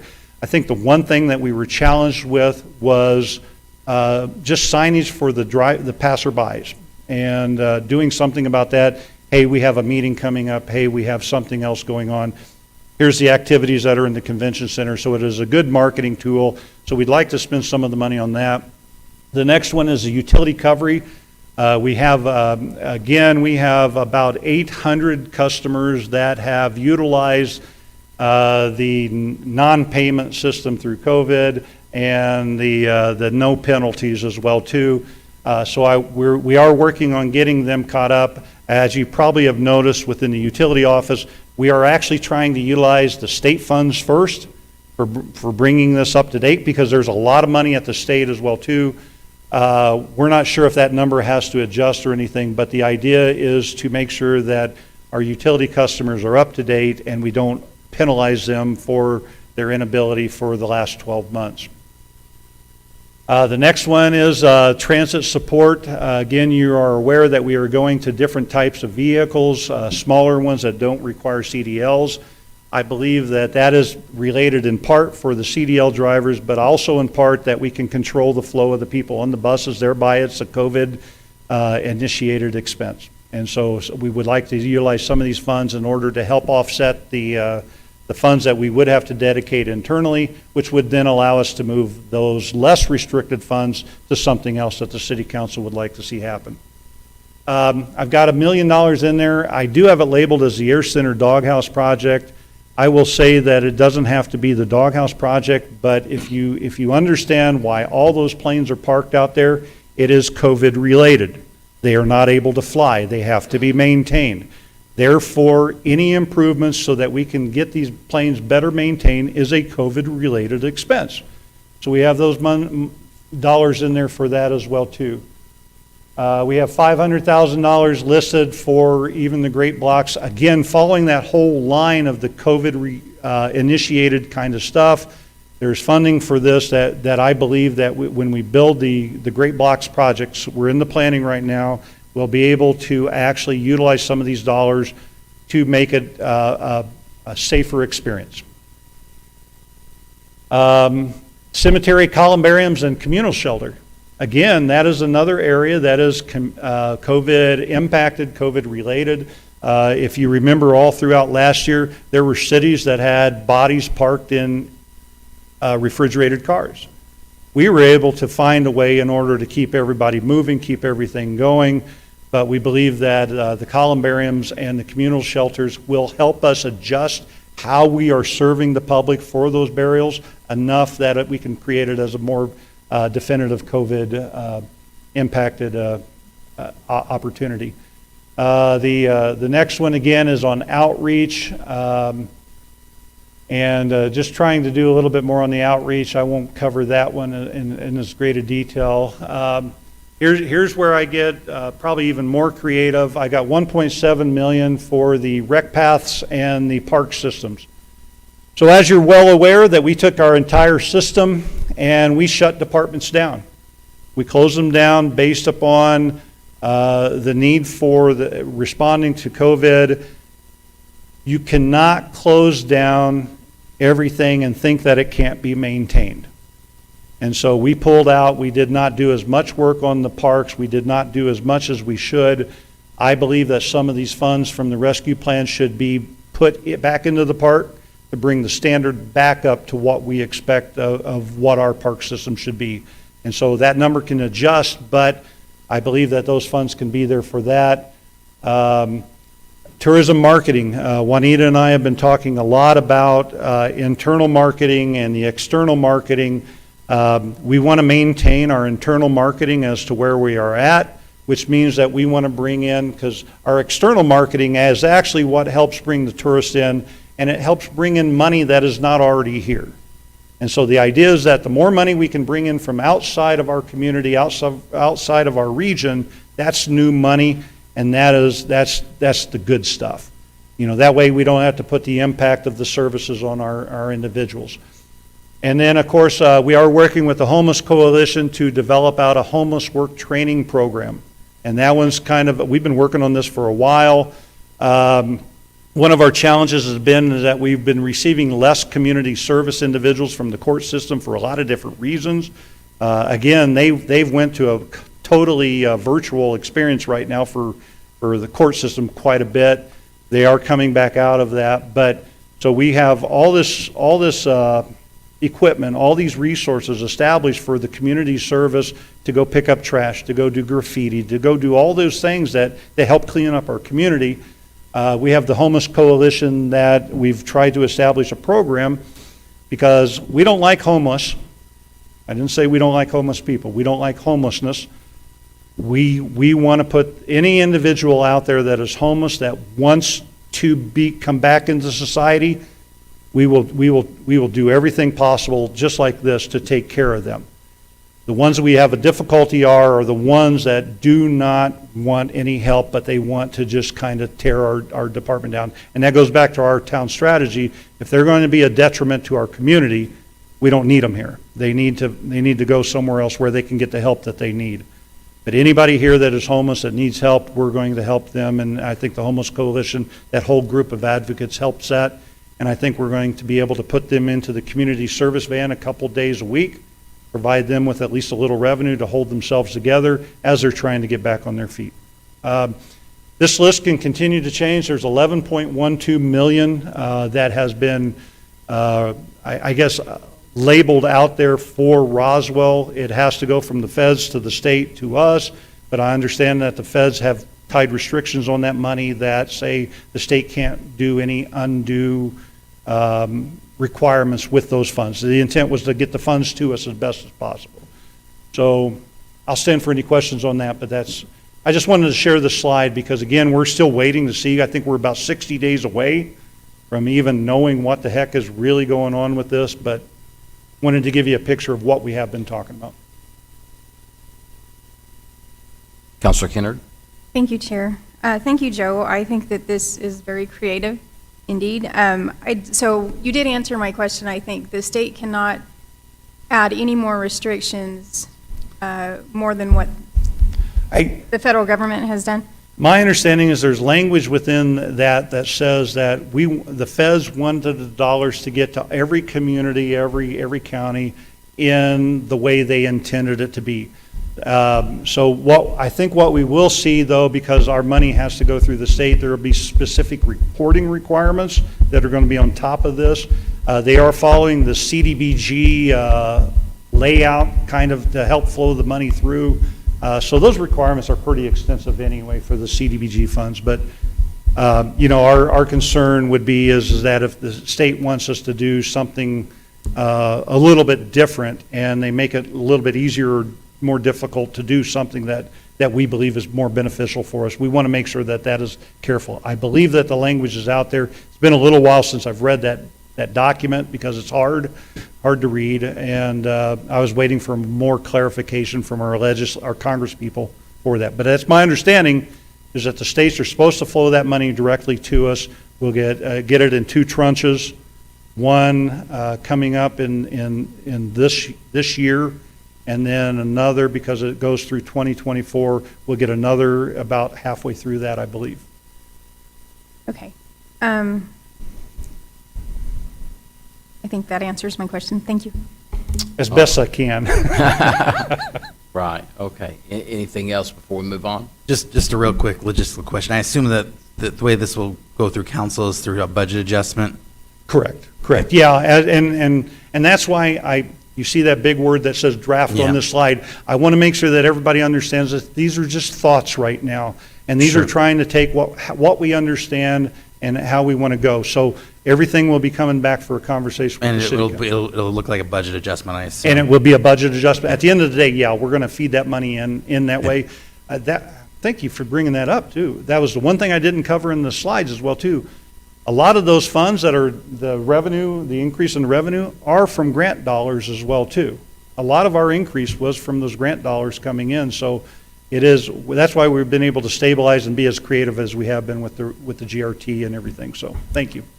One other thing that I will mention, because I'm sure as, this will probably be reported, about what we're looking at, and people will be watching this. Some folks may say, why do we not see any road funding? Why do we not see anything, in the midst of these, situations of what we're looking at with, whether it be with the spending that we're looking at in our new budget coming up or anything within this. As you've explained to me, we're actually expecting a federal coming out from that, as well as the president has been touting here lately. Yeah, and any change in Congress, any change in the White House and everything, infrastructure becomes an important issue and everything. And so right now we've had the CARES Act, we've had CARES Act 2, we've had the American Rescue Plan here, we have what's called the Jobs Plan being discussed and debated right now. I think at one point in time it was a $4 trillion infrastructure plan in order to put more money into water, sewer, broadband, streets, and all of that. And then on the backside of that is the Families First Act as well too. So I expect that any of these things will be at least somewhat successful through Congress in order to get something out there to help us come back out of this thing. And so in my mind, that's why I want to make sure that these dollars remain with those entities that will not be involved in these future conversations. All right. We've got some things we need to actually take action on, so we'll move on into Thank those you. at this time. Thank you so much, Joe. All right, let's move forward into the consideration of approving the resolution to amend the fiscal year ending June 30. Hi, good morning, Mr. Chairman and committee, council members. I'm here to present the budget adjustment for fiscal year 21 year end. Just real quickly, because I know we got to get through this.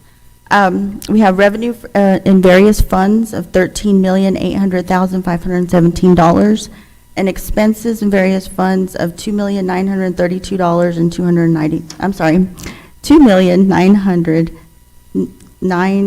Okay, 2.9. Okay, rather than going through each one, I want to go ahead and go to the slide here where we have the graphs, because we're highlighting the funds where we're making the biggest adjustments. As you see in the general fund, 8.1 in the revenue. Rec bond debt service, 404.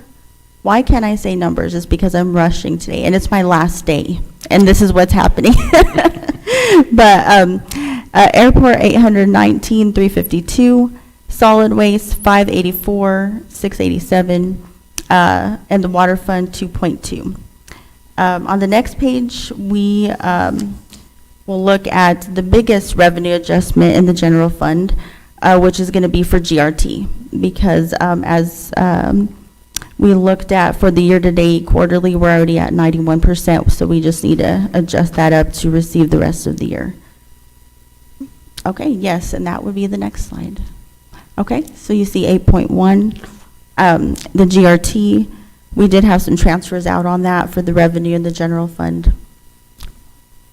For the expenses, let's see, okay, I'll go back one. Expenses, we had 2.9. In the general fund would be our biggest adjustment in expenses of $1,615,914. I don't know why my brain cannot say the numbers today. I apologize. Like I said, it always goes right in my head when I'm, before it happens, and then, it's a disaster. Anyways, on the next slide here, we have where you can see the biggest adjustment we have in personnel at 82%. Part of that being because of the furloughs that were originally budgeted, we did not put that back into the budget. And operating just at 18%. And I will stand for any questions. All right, did anyone have any questions on any of the specific items on the resolution?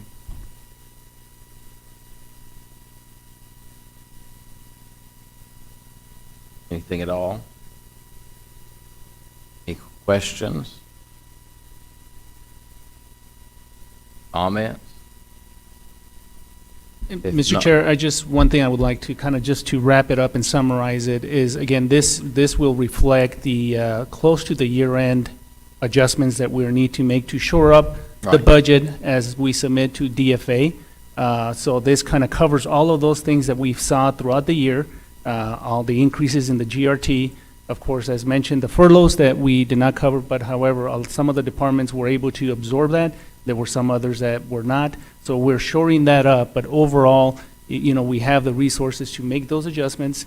The biggest increase, of course, as you saw in the revenue side, is the GRT. And of course, that will give us another month in June. If there's anything, any last minute things, we don't anticipate any other adjustments, but you never know, we will have at least one more shot so that we can close the fiscal year and avoid any findings in Right. the audit for next year. Thank you. Any questions, comments? I will entertain a motion. Would you like this to go to consent? I would dare say at these numbers, there'll be questions that'll Yeah. be asked on this. Let's just So, send it to regular agenda. Sure. Okay, then Mr. Chair, I move that we recommend to full council Resolution 21XX budget adjustments for FY '21 budget. Second. We have a motion and a second to send to full council on the regular agenda, the resolution to amend the budget for the fiscal year ending June 30, 2021 by increasing revenue and expenses to various funds. Any other discussion? All in favor signify by saying aye. Aye. All opposed, same sign. Motion passes. Let's move on to the next item. Oh, we have a visual. Yes. Is this show and tell? For the next one. Okay. Good morning, everyone. I'm here today to ask for authorization to sell some more stuff. If you look at Exhibit A, and we do have an Exhibit B on this one too, we're selling guns, cars, and garbage trucks. The guns are out of the police department. They were all done as a trade-in for newer equipment and stuff. Everything else will go through the auction or be scrapped. Do we have any questions concerning Exhibit A or B, or the resolution itself authorizing the sale of certain surplus personal property? Just to clarify, and I'm pretty sure I understand this, but make sure everybody else understands that we're not selling guns. We're trading them in to a gun. Correct. We're not going to actually auction. The city's not selling weapons. But we don't have the authority to do Right. that. So So- anytime you see a firearm come through don't get this, too excited it'll here. always be a trade-in. Right. So that's all I wanted to point out. Thank you. Any other questions or discussions? One thing I wanted to mention real quick, the abstract that'll be going to the council under financial considerations, I added a line in there that the fleet manager has been using binverified.com to determine vehicle values. That's where we're getting the values that you see here. Okay. All right, I will entertain a motion. Do you have a preference with the agenda? Um, I'll send a consent then if you don't have a Okay. preference. Unless there's any objection, I move that we recommend to the full council Resolution 21XX, sale of certain surplus property, personal property to the consent agenda. Second. We have a motion, we have a second, that we send the resolution authorizing the sale of certain surplus personal property to full council on the consent agenda. Any other questions or discussions? All in favor signify by saying aye. Aye. Aye. All opposed, same sign. Motion passes. Fire hydrant meter policy. We can go through this very quickly.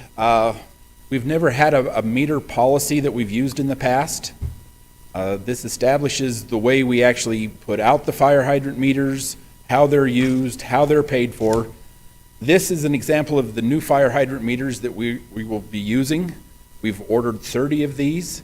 They do a remote read, so the billing department can actually go and get the information from that meter at any time. It also has a GPS tracking device, so if somebody decides that they want to take it somewhere, we can find out where it goes. Have these been vetted, and we know that they, I actually used these before when I was up in Spearfish. so this is not a new? No, it's not new to Okay. me. And All they right. work very well. All right. So real quickly, the policy, it's the overall policy of why do we have fire hydrants and what are they supposed to be used for? The condition and processes for issuance of the meter. How does it get out to the people that need them? How do they get relocated? That kind of stuff. It establishes the process on how to disconnect and return the meter when they're finished with it. Allows for exceptions to the policy by the utility director. Anytime you write a policy, you always have to have somebody that can make an exception to it because you cannot cover every instance that's going to come up. We're also going to prohibit mobile meters. The meters will be put out there at the where the contractor requests the meter. It'll be chained to the fire hydrant, and if it needs to be moved, it'll be moved by the water department. One of the reasons that I did this program in Spearfish is we got an inspection from EPA. One of the things that the Clean Water Act requires is that we know where these things are. So that's part of what we do, is we'll go out there and we'll put it somewhere. If they want it moved, then we'll move it. But we move it, not them. What's the process of that? You have a a plumber that's doing something and they're going to, or whoever that is in need of utilizing something like this, what is the process they're going to have to go through to get it instead of having something on hand and being able to, and the timeline of being able to get that done? Yeah, what we have established in here is I think we're requesting 48 hours. Our goal would be to do it same day type thing or within 24 hours. They'd call the billing office, we'd get a work order, we go do it. Most of the time, these things are set up for a contractor to build a house, do road work, do landscaping, that kind of stuff. So they're wanting it for a specific purpose in a specific area. It sets the fees and deposit schedules for the hydrant meters. We're actually not changing any fees, but we are making sure that the fees that we already have set by resolution of the council are being charged. The deposit, well, I think I'll talk about that later. And then we also establish a process and penalty for unauthorized use of fire hydrants. We have people that go out there and steal our water. We want to try and curb that. So on the fee schedule, the meter deposit, the deposit of the meter will actually be what the meter costs the city to have. Right now, the whole assembly for these is $2,300. So when they come in and they want a meter, that's the deposit they have to pay. The monthly connection fee will be the same as a 3-inch connection anywhere else in the city.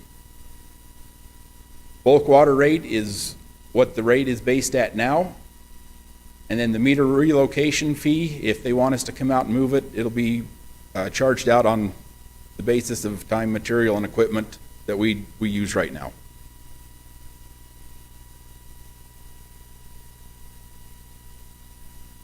Okay, I know Councilor Kennard has some questions.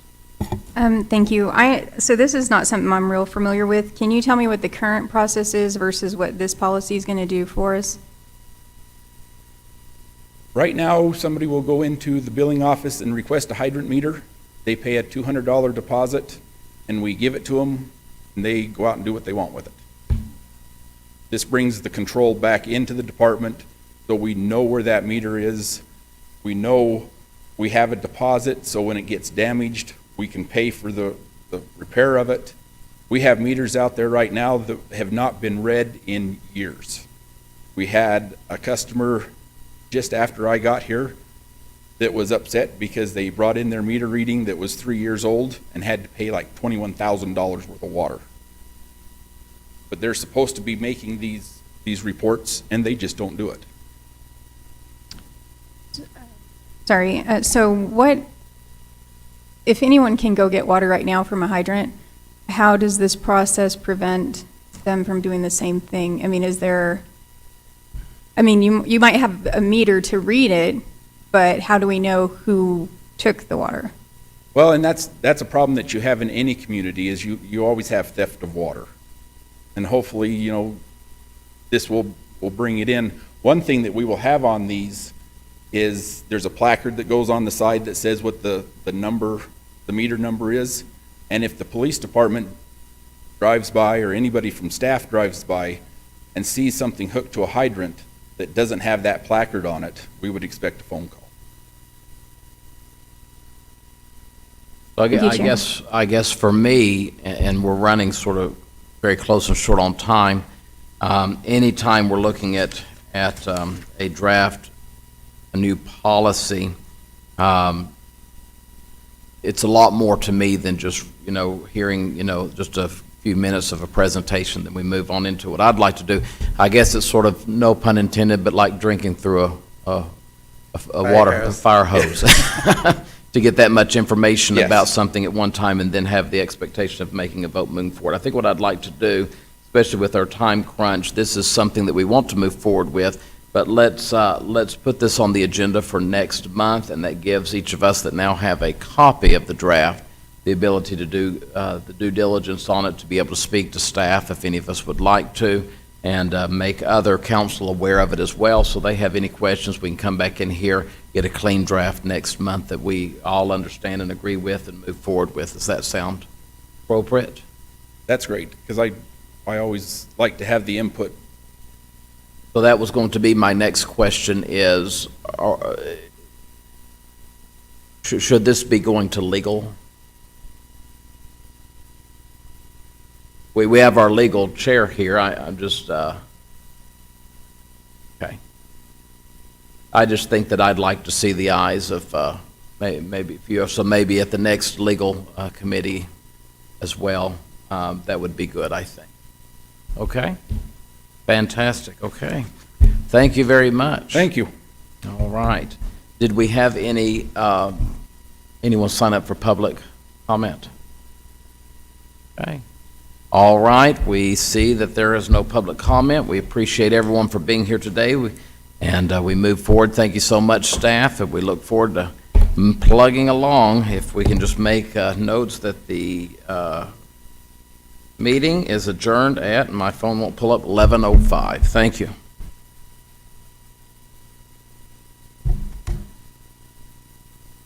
That's fine. I think that's great. I think you're absolutely